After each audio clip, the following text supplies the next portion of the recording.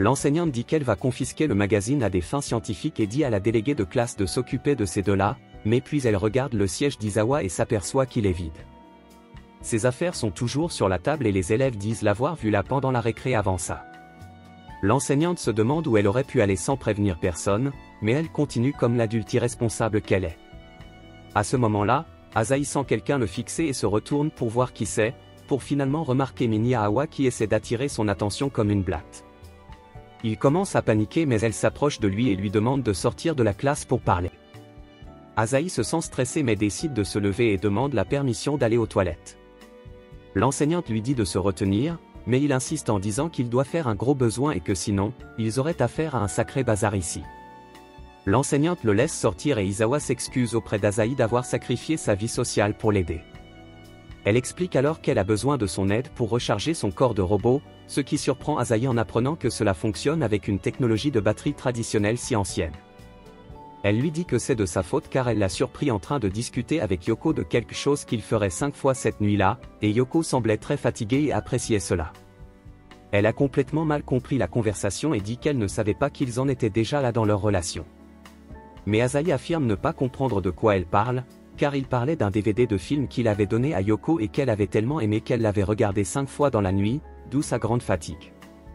Izawa se sent encore plus embarrassé et lui demande d'oublier tout ce qu'elle lui a dit. Il passe ensuite au sujet du corps robot d'Izawa, qu'elle dit être dans une cabine des toilettes des filles. Elle dit que cela devrait être sûr car les cours sont toujours en cours, et lui demande de récupérer le corps robot et de l'amener à l'infirmerie. Asahi y va, le récupère et remarque à quel point il est doux et chaud, comme un véritable être humain. Voyant son corps porté par Asahi, Izawa se sent également embarrassé. Une fois dehors, ils rencontrent Yoko et vont ensemble à l'infirmerie pour recharger le corps robot.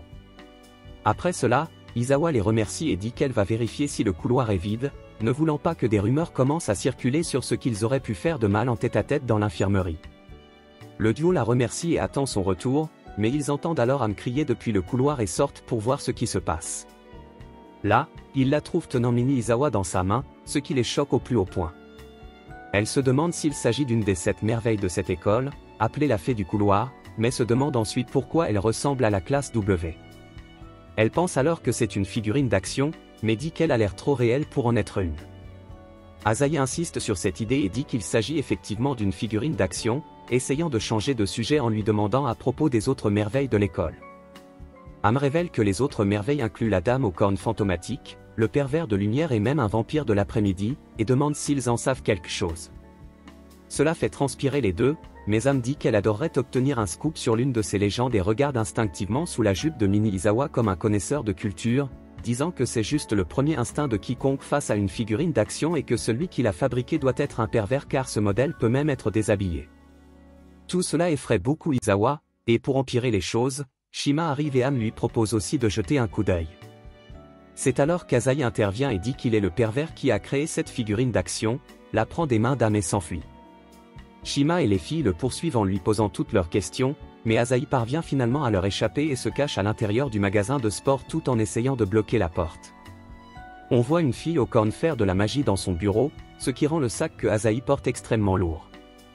La fille refait sa magie et transforme Izawa en une taille normale, mais avec ses antennes qui brillent uniquement quand elle éprouve des sentiments pour quelqu'un. Cette transformation les fait paniquer tous les deux et ils finissent même par tomber l'un sur l'autre, mais ils sont vite ramenés à la réalité en entendant les voix d'Am et Shima derrière la porte. Il semble qu'ils sont prêts à entrer de force, alors Asahi dit à Izawa de le frapper vraiment fort et de faire semblant de l'avoir trouvé avec la figurine d'action, le disciplinant pour indécence. Izawa lutte pour faire cela envers l'homme qui l'a sauvé et a gardé son secret en sécurité, mais finit par le faire sortir de la pièce d'un coup de poing puissant qu'il envoie voler comme un PNJ. Ensuite, elle hausse les épaules et s'enfuit de tout le monde pendant qu'ils vont vers Asahi et essaie de consoler son cul socialement mort. D'autre part, Izawa décide de retourner à l'infirmerie pour revoir son corps de robot. On voit alors la fille aux cornes libérer sa magie et Izawa reprend sa taille mini. Plus tard dans la soirée, Asahi explique tout à Yoko en rentrant chez eux, et on voit Izawa heureuse de les voir ensemble, mais en même temps en conflit avec ses sentiments inexplicables et nouvellement découverts pour Asahi. Quelques jours plus tard, Asahi finit par rencontrer Yoko en se rendant à l'école. Il lui demande s'il n'est pas trop tard pour elle car elle bronze mal quand le soleil est dehors, mais elle dit que c'est bon parce que selon les prévisions, il pleuvra toute la journée aujourd'hui. Avec ça, ils se dirigent tous les deux vers l'école, et au moment où ils y arrivent, on voit le ciel aussi clair qu'il peut l'être, avec le soleil brillant de toute sa splendeur. Asahi et Yoko s'approchent d'Izawa, qui remarque comment Yoko a changé de couleur de peau du jour au lendemain et lui demande si elle était sortie essayer d'acheter un Pass and Warp. Après l'avoir entendu, elle la reprend sur l'effet du bronzage des rayons UV et dit que c'est elle qui aurait dû le savoir le mieux. Ensuite, elle lui demande si elle disait la vérité et ne couvrait pas un voyage à la plage, mais Yoko montre ses marques de bronzage en forme de son uniforme. Asahi, étant l'homme de culture qu'il est, finit par jeter un œil et reçoit une gifle violente de la part d'Izawa. Avec ça, elle dit à Yoko que les rayons UV doivent être comme des balles pour sa peau et dit que cela lui rappelait son entraînement chez elle. Yoko dit qu'elle ira bien une fois qu'elle aura fait une sieste, mais ajoute qu'elle est vraiment intéressée par cet entraînement et souhaite pouvoir l'essayer. Cela rend Izawa vraiment heureuse, et elle décide de former Yoko aux techniques de survie extraterrestre pour éviter les rayons du soleil et se protéger d'un mauvais bronzage. Avec ça, ils vont sur le terrain de sport de l'école et commencent l'entraînement. Izawa explique à Yoko qu'elle doit rester dans l'ombre et marcher d'une ombre à l'autre pour se protéger des rayons du soleil. Yoko prend cela très au sérieux et attend que les rayons du soleil s'arrêtent pour sauter à la prochaine ombre, mais cela s'avère aussi stupide que cela en a l'air, et il décide de compromettre et simplement encaisser les rayons et marcher d'ombre en ombre. Cet entraînement continue tout au long de la soirée, et Izawa finit par passer la nuit chez Yoko aussi. Le lendemain matin, Asahi les rencontre alors que le soleil brille, se demandant ce que Yoko faisait dehors.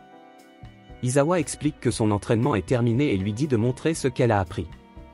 Avec ça, Yoko commence à courir vers l'école en restant collée aux murs et autres objets qui projettent des ombres, devenant ainsi une véritable ninja de l'ombre. Elle échange sa vie sociale.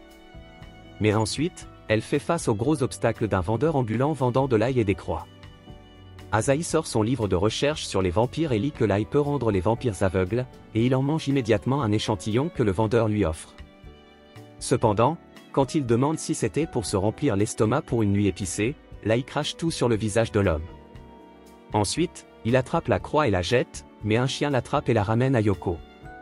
Asahi commence à crier, mais à sa grande surprise, Yoko saisit la croix et révèle que le simple fait de la regarder lui fait un peu d'anxiété, et que l'ail lui fait les yeux larmoyants. Après cela, il continue à marcher vers l'école en se bouchant le nez pour éviter de respirer l'haleine d'ail répugnante d'Asahi, mais tout prend fin lorsqu'ils arrivent sur une longue route sans rien autour pour projeter des ombres. Yoko soupire de défaite et dit qu'il n'était pas possible pour elle de les rejoindre pour leur promenade matinale après tout, et qu'elle allait supporter cela et venir à l'école tôt comme d'habitude. Asahi et Izawa sont également désolés pour elle et proposent des idées absurdes comme porter une combinaison spatiale ou une combinaison noire en latex pour éviter les rayons UV. Izawa suggère même de lui faire un corps de robot comme le sien, mais Asahi rejette l'idée car il serait trop grand pour elle.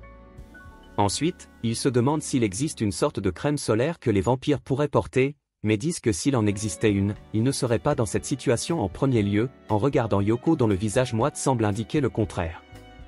Pour protéger son visage, elle décide de leur mentir et leur dit qu'il n'existe pas de crème solaire comme celle-là, et ils courent jusqu'à l'école. Mais le lendemain matin, Asahi et Awa voient Yoko jouer en plein jour sans bronzer et la poursuivent pour obtenir des réponses, et elle finit par révéler que l'idée d'utiliser de la crème solaire ne lui était jamais venue à l'esprit, mais maintenant tout va bien. Le week-end suivant, Yoko invite Asahi à un parc d'attractions et il se demande s'il s'agit d'un rendez-vous, mais Yoko arrive et dit qu'elle les a invités, lui et Izawa, à aller au parc d'attractions ensemble parce qu'elle n'y est jamais allée à cause de sa situation de bronzage, mais maintenant que c'est résolu grâce à eux, elle veut partager cette expérience. Malheureusement, il semble que Izawa ne pourra pas venir. D'autre part, on voit Izawa boire du lait dans son appartement et dire « de rien » à Asahi, pensant que cela ferait une date parfaite pour eux deux. De retour au parc d'attractions, Yoko emmène Asahi faire un tour de montagne russe et ils finissent tous les deux par crier comme des canards enceintes et être assez effrayés ensuite, mais il semble que Yoko soit devenue accro aux manèges à sensations fortes et elle opte pour des manèges encore plus fous la prochaine fois. Après s'être bien amusés ensemble, ils s'arrêtent pour manger une glace et Yoko dit qu'elle a toujours voulu venir ici, même seule, parce que c'est l'endroit où ses parents ont eu l'un de leurs premiers rendez-vous. Elle explique qu'elle est à moitié vampire et à moitié humaine, et que son père est le vampire. C'était vraiment une histoire tirée d'un manga de filles pour ses parents car ils allaient à la même école et vivaient ensemble tout en gardant son identité secrète, et c'est pourquoi elle a décidé de s'inscrire dans leur école également. Elle fait presque le rapprochement entre eux et la manière dont elle et Asahi sont, mais ensuite ils deviennent tous les deux embarrassés et se détournent. Après cela, Ils vont dans une maison hantée et finissent par tomber sur un gars se faisant passer pour un vampire, et alors qu'il dit qu'il va leur sucer le sang, Yoko lui saute dessus et lui dit à quel point c'est impoli de dire ça à quelqu'un qu'il ne connaît même pas. Avec ça, ils appellent ça une journée et rentrent chez eux, et Asahi se demande s'il y a d'autres créatures mythiques comme le loup-garou, etc., là où vit Yoko. Yoko dit qu'il y en a, et qu'un de ses amis d'enfance est un loup-garou, ce qui surprend beaucoup Asahi, qui commence à s'inquiéter de ce fameux ami d'enfance masculin, mais Y lui dit de ne pas s'inquiéter pour lui. D'autre part, on voit le père de Yoko appeler le dit ami à sa maison et lui dire d'aller enquêter sur Yoko et Asahi et de confirmer si son secret est en sécurité avec lui, et s'il pense que ce n'est pas le cas, alors il doit immédiatement mettre fin à sa vie scolaire et la ramener à la maison. Le loup-garou accepte et dit qu'il veut qu'il le laisse épouser Yoko s'il la ramène à la maison.